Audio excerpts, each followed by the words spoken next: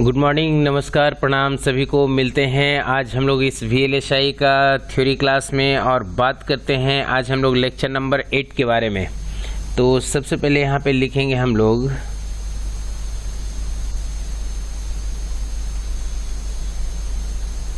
Lecture number 8।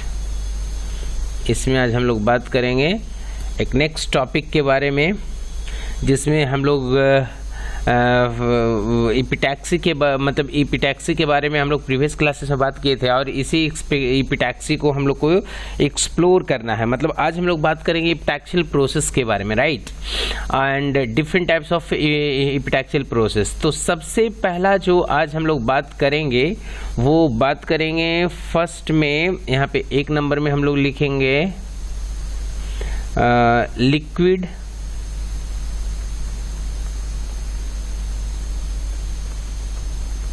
Liquid phase epitaxy, है ना। And second है हमारा वेपर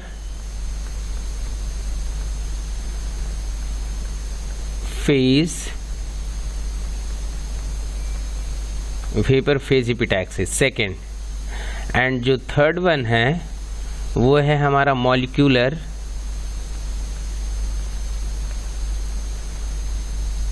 मॉलिक्यूलर फेज एपिटैक्सी।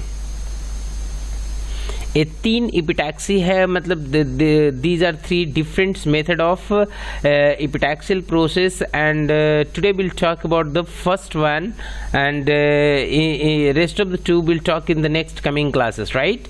तो सबसे पहले हम लोग चलिए बात करते हैं ये लिक्विड फेज एपिटैक्सी के बारे में कि क्या है ना, और ये कैसे काम करता है। तो चलते हैं हम लोग सबसे पहले नेक्स्ट पेज में और हम लोग बात करेंगे आज फर्स्ट का, और हमारा फर्स्ट है liquid phase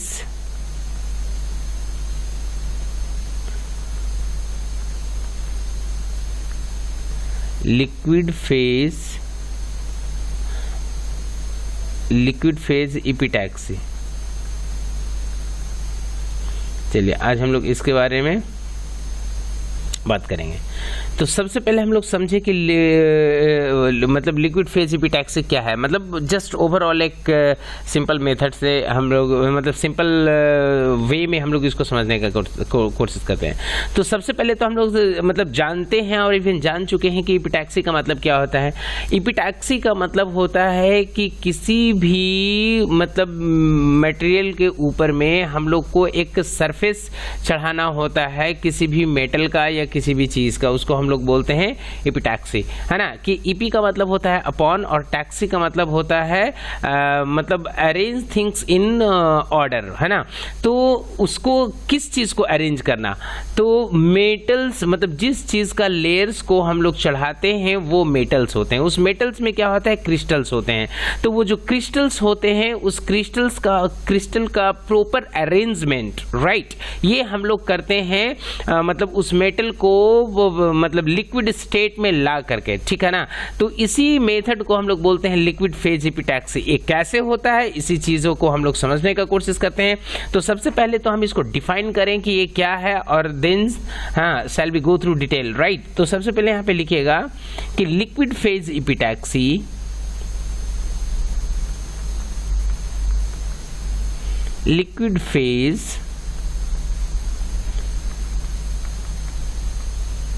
liquid phase epitaxy is the growth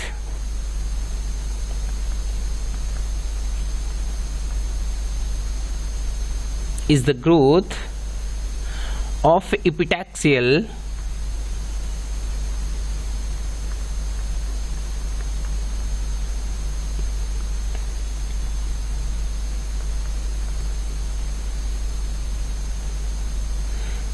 layers on crystalline substrate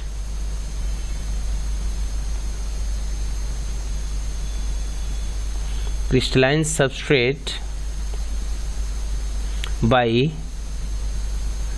direct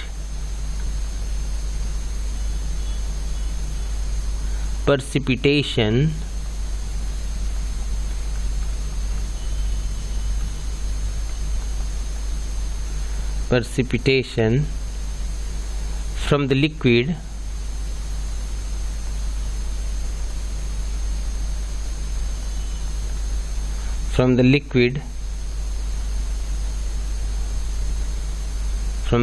phase.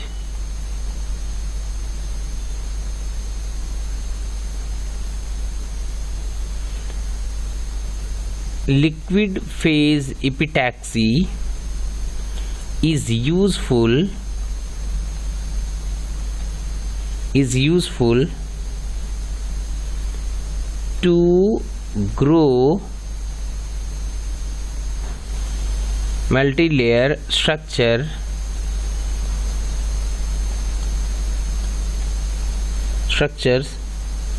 in which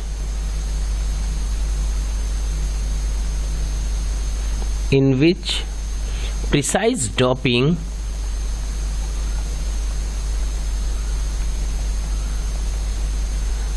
doping and composition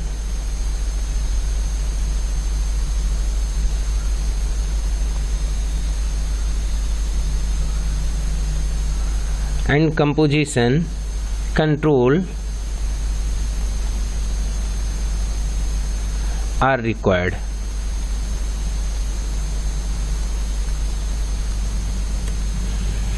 composition are required. तो सबसे पहले इस चीज़ को हम लोग समझने का कोशिश करें कि ये लिक्विड फेज इपिटैक्सी है क्या, राइट। तो ये देखिए क्या बताया कि लिक्विड फेज इपिटैक्सी होता क्या है कि लिक्विड फेज इपिटैक्सी है is the growth of epitaxial layer, मतलब कि एक इपिटैक्सियल लेयर का ग्रोथ है किस पे, एक क्रिस्टलाइन सबस्ट्रेट पे, मतलब by precipitation method form the liquid phase, कि लिक्विड जो होता है उस लिक्विड को बाई प्रेसिपिटेशन मेथड से हम लोग क्या करते हैं, एक क्रिस्टलाइन जो सबस्ट्रेट होता है या जो एक सबस्ट्रेट होता है उसके लेयर पे उसका मतलब उसके सरफेस पे एक लेयर को चढ़ाना ही हम लोग क्या बोलते हैं, लिक्विड फेज इपिटैक्सी बोलते हैं, ठीक है। और ये जो लेयर होता है ये डिफरेंट मतलब डिफरेंट मटेरियल का हो सकता है, और वो जो मटेरियल्स होते हैं उसमें क्या हो सकता है, मतलब उसमें क्या होता है, उसमें डोपिंग किया हुआ होता है ना। और डोपिंग क्या है हम लोग इस बात को भी समझते हैं। तो नेक्स्ट हम लोग इसको समझने का कोशिश करते हैं बाई डायग्राम कि किस तरीके से ये काम कर रहा है, ठीक है ना। तो सबसे पहले हम लोग क्या करते हैं कि एक स्ट्रक्चर बनाते हैं यहाँ पे इधर में आकर के, तो एक स्ट्रक्चर ऐसे बनाएं और इधर में आकर के एक लाइन हम लोग ऐसे करके बना लेते हैं, ठीक है। और इधर में आकर के बस एक इस तरीके का स्ट्रक्चर हम लोग बनाते हैं, यू शेप में ऐसे चलते हैं और फिर थोड़ा सा ऊपर जा कर के इसको हम लोग मर्ज कर लेते हैं, ठीक है, इस तरीके से ऐसे, राइट। फिर हम लोग क्या करेंगे कि इसी को यहाँ से हम लोग एक और बगल से ही एक लाइन ऐसे करके बना करके, मतलब इसका डबल लेयर कर लेते हैं, ठीक है। और यहाँ पे आकर के ठीक है, फिर इसको भी यहाँ से हम लोग इसके बगल साइड से आकर के इसको भी डबल लेयर कर लेते हैं हम लोग,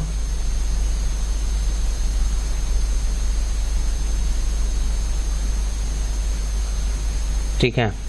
अब हम लोग को क्या करना है भाई, यहाँ से एक लाइन ऐसे निकाल लेते हैं और एक लाइन यहाँ से ऐसे, और एक यहाँ से भी इस तरीके से ऐसे, और एक यहाँ से भी ऐसे, ठीक है।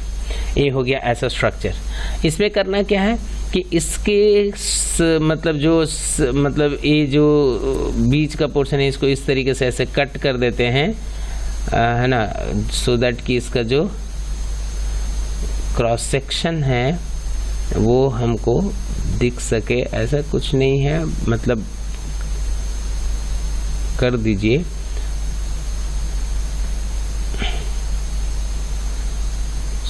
सो दैट कि ये थोड़ा अच्छा भी देखिए, ठीक है, इस तरीके से, फाइन। अब इसमें क्या है, तो इसमें हमको यहाँ पे ऐसे करके एक हमारा इसको बोलते हैं हम लोग बोट। एक इस तरीके से हम बोट बनाए हैं, है ना, जिसमें कि मतलब मल्टी ग्रूव्स हैं, ऐसे करके ग्रूव्स भी हैं, ठीक है ना।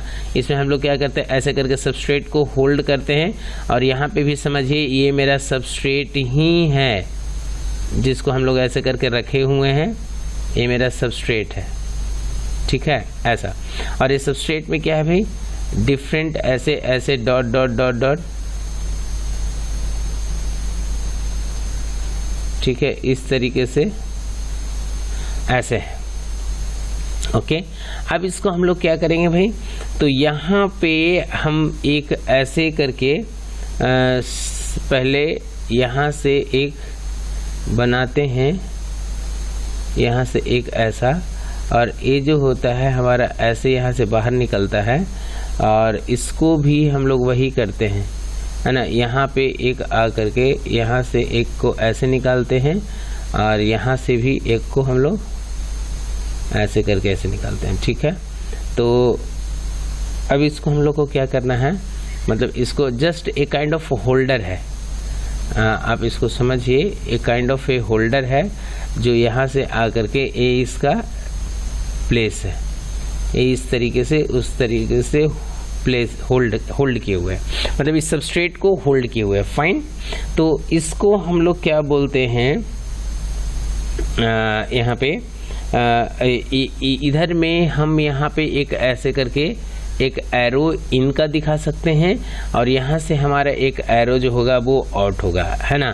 तो इसमें हम लोग क्या करते हैं, इसमें हाइड्रोजन हम लोग पास करते हैं इसको कूल करने के लिए।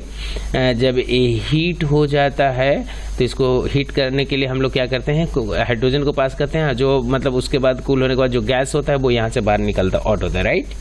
तो इसके ऊपर में यहाँ पे इस तरीके से ऐसे जो होता है वो कॉइल होता है, हीटिंग कॉइल जिसको हम लोग बोल रहे हैं, जिसके थ्रू हम लोग उसमें पावर सप्लाई को प्रोवाइड करते हैं, और वो क्या करता है, इस चैम्बर को, इस फर्नेस को हीट करता है। इसके दोनों साइड में एक कॉइल होता है, ठीक है, इस तरीके से कॉइल होता है। आप इसको यहाँ पे ऐसे करके लिख सकते हैं, यहाँ पे हीटिंग कॉइल, ये हीटिंग कॉइल हुआ हमारा। इसके बाद इसको हम लोग बोलते हैं, इसको बोलते हैं पुश, ये पुश रॉड हुआ। उसके बाद हमारा ये जो पोर्शन है, ये इसको मतलब इस पोर्शन को हम लोग बोलते हैं, ये है हमारा क्या, ग्रोथ मेटल,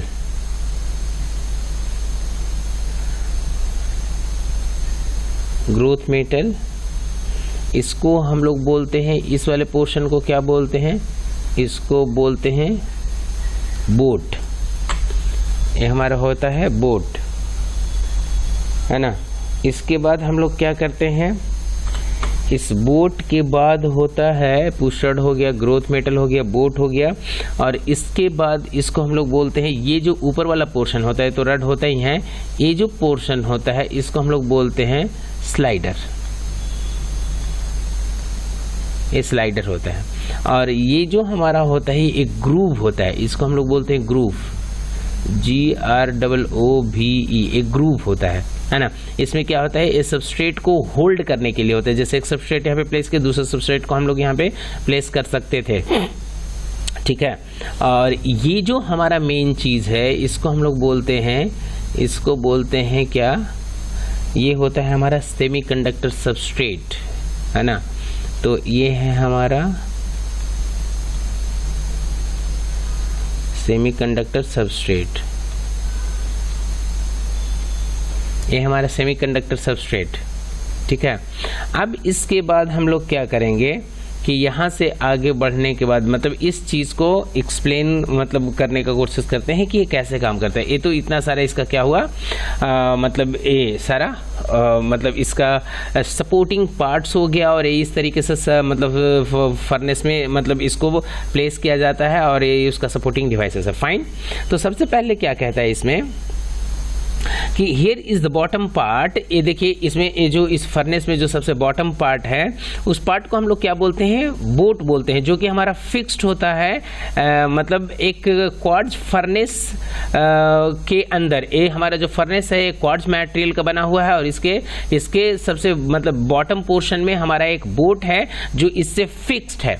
और क्या होता है कि इस फर्नेस से हमारा एक थर्मोकपल अटैच्ड होता है जो क्या करता है कि इस फर्नेस का टेम्परेचर को मेजर करता है कि वेदर टेम्परेचर इज गेटिंग मतलब is going up to the maximum और within the limit, right. इस तरीके से वो सेंस करता है। पहला पॉइंट कहता है। सेकेंड पॉइंट कहता है कि इट इज ऑल्सो मतलब इट ऑल्सो कंटेन्स वन और more grooves to hold the substrate wafer. यहाँ पे आप देख रहे हैं कि एक वेफर तो यहाँ पे क्या है, होल्ड है ही, और एक ग्रूव यहाँ पे इम्प्टी दिख रहा है। तो कहने का मतलब क्या है कि ये जो बोट है इस बोट में नंबर ऑफ ग्रुप्स होते हैं सो दैट कि at a time number of मतलब सबस्ट्रेट को होल्ड करके और सेम प्रोसेस को किया जा सके, राइट, ऐसा। फिर थर्ड पॉइंट कहता है कि the top part is called slider. ये देखिए इसके जो टॉप पार्ट होता है ये वाला पोर्शन ये स्लाइडर होता है, बैक एंड फोर्थ मूव करता है इस तरीके से, है ना, मतलब ये पूरे सबस्ट्रेट का सरफेस को क्या करता है, रब करता है, ठीक है। तो कहता है क्या कि the top part is called slider and can be moved back and fourth with the help of push rod. ये देखिए इस पुश रॉड की मदद से हम लोग इसको क्या करते हैं, बैक एंड फोर्थ मूव करते हैं, जिससे क्या होता है कि इसका पूरा जो इंटायर सरफेस होता है वो कवर अप होता है और उस पे एक प्लेन एक प्रॉपर लेयर उस पे क्या होता है कि मतलब चढ़ता है, राइट। नेक्स्ट पॉइंट क्या कहता है कि दिस स्लाइडर कंटेन्स वन और more number of wells to contain the growth metal. अब यहाँ पे सॉरी ग्रोथ मेल्ट। अब यहाँ पे क्या होता है कि ये जो हमारा स्लाइडर है इस स्लाइडर पे हम लोग जो डिफरेंट मेटल्स का जो मेल्ट है वो हम लोग इस पे क्या कर सकते हैं, प्लेस कर सकते हैं और उसके बाद इसको हम लोग क्या करते हैं, बैक एंड फोर्थ मूव करते हैं। तो हम लोग क्या कर सकते हैं कि इसको इस पे डिफरेंट मेटल्स का लेयर को हम लोग क्या कर सकते हैं, चढ़ा सकते हैं, फाइन, ऐसा। नेक्स्ट पॉइंट क्या कहता है, the furnace tube is heated by resistance binding and extremely that temperature profile is maintained. हम लोग देखिए क्या कर सकते हैं कि ये जो मतलब फर्नेस के साइड में जो कॉइल बाइंडिंग किया हुआ है इस कॉइल का जो रेसिस्टेंस है उस रेसिस्टेंस को हम लोग बढ़ा करके और जो टेम्परेचर के जो इस फर्नेस के अंदर का टेम्परेचर है उस टेम्परेचर को भी हम लोग क्या कर सकते हैं, बढ़ा सकते हैं। कहने का मतलब कि टेम्परेचर का मतलब टेम्परेचर को अगर हम लोग बढ़ाना है तो इस रेसिस्टेंस मतलब कॉइल का रेसिस्टेंस को बढ़ा करके हम लोग उस टेम्परेचर को भी बढ़ा सकते हैं। और रही बात इसको कंट्रोल करने का, तो कंट्रोल करने के लिए हमारा यहाँ पे एक इस फर्नेस में एक थर्मोकपल लगा होता है। थर्मोकपल क्या है, थर्मोकपल एक हीट सेंसिंग डिवाइस है जो क्या करता है, टेम्परेचर को सेंस करके बताता है, राइट। अब इसकी बात करते हैं हम लोग प्रोसेस का कि इसका जो प्रोसेस होता है वो किस तरीके से होता है। तो सबसे पहले यहाँ पे आकर के लिखिएगा, यहाँ पे हम लोग लिखते हैं ड्यूरिंग ग्रोथ प्रोसेस, कि जब इसका जो ग्रोथ क्या होता है, जब हम लोग मटेरियल का मतलब सरफेस पे जब हम लोग मेटल का लेयर को चढ़ाते हैं तो उसको हम लोग बोलते हैं ग्रोथ, ठीक है ना, मेटलाइजेशन ग्रोथ, ऐसा है। तो यहाँ पे हम लोग हेडिंग्स देते हैं during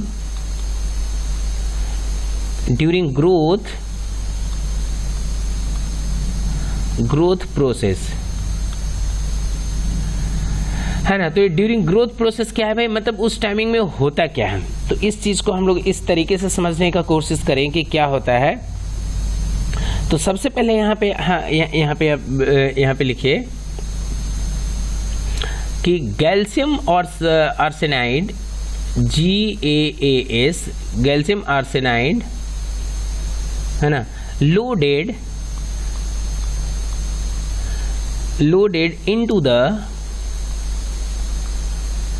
into the boat and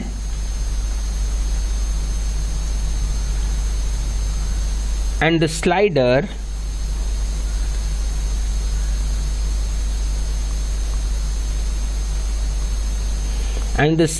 is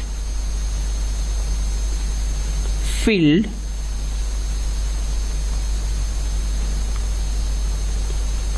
with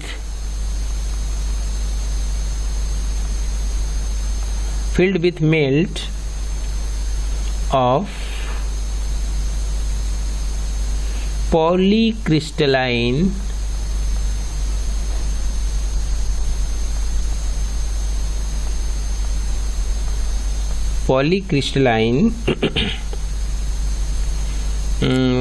gallium arsenide, then the temperature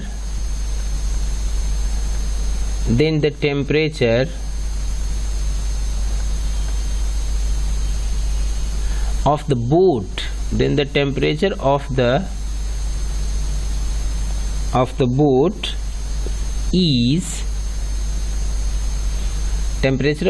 is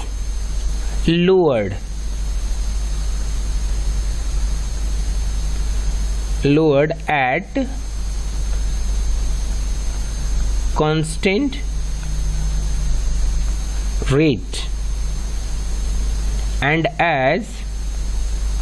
as the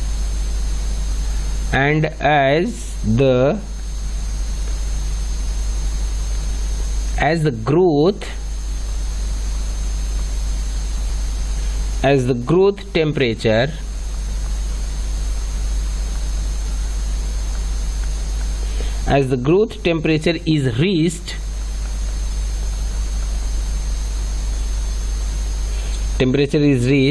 the slider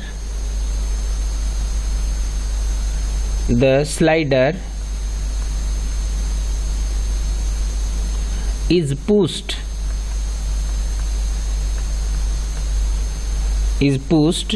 to bring the melt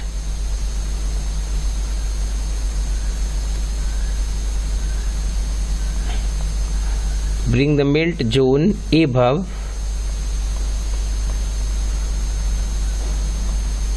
the substrate.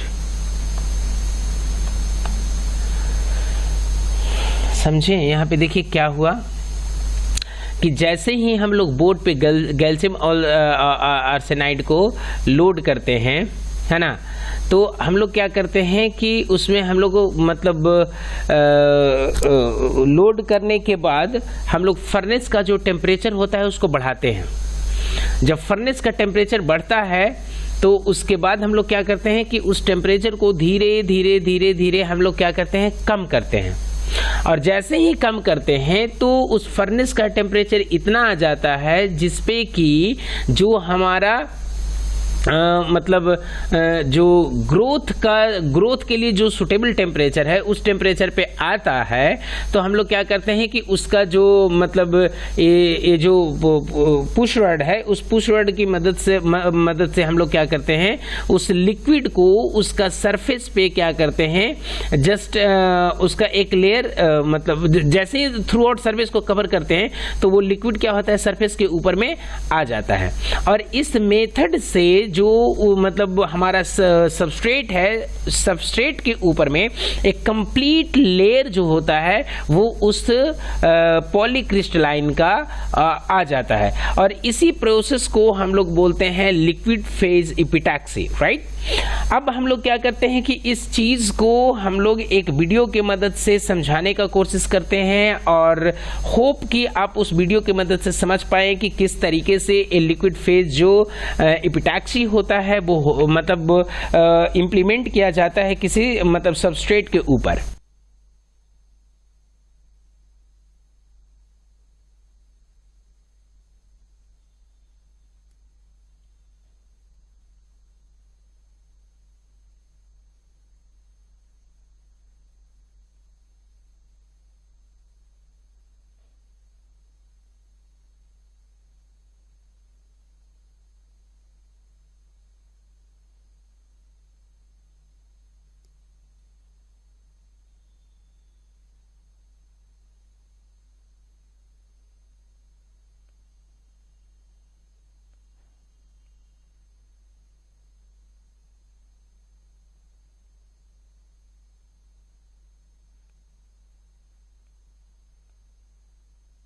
Hope कि इस वीडियो को देख करके आप लोग समझे होंगे कि किस तरीके से उस सबस्ट्रेट के ऊपर में जो मेटल का जो क्रिस्टल्स हुए वो एक डिफाइंड स्ट्रक्चर्स में एक सॉलिड मतलब के रूप में एक मतलब वो अरे मतलब सबसे पहले तो वो जितने भी क्रिस्टल्स थे एक ओरिएंटेशन में पहले अरेंज्ड हुआ और वो अरेंजमेंट जो वो अरेंजमेंट है वो एक सॉलिड क्रिस्टलाइन को एक फॉर्मेशन किया, राइट। तो इसी मेथड के थ्रू हम लोग क्या करते हैं, इस लिक्विड फेज एपिटैक्सी प्रोसेस को परफॉर्म करते हैं। और आज का क्लासेस हम लोग इसी वीडियो के साथ यहीं पे फिनिश करते हैं। And if you have any problem in understanding related to the topic और द मतलब lecture which you have been delivered, just you could write to us in the comment box. I would love to answer them. Thank you so much for stay connected.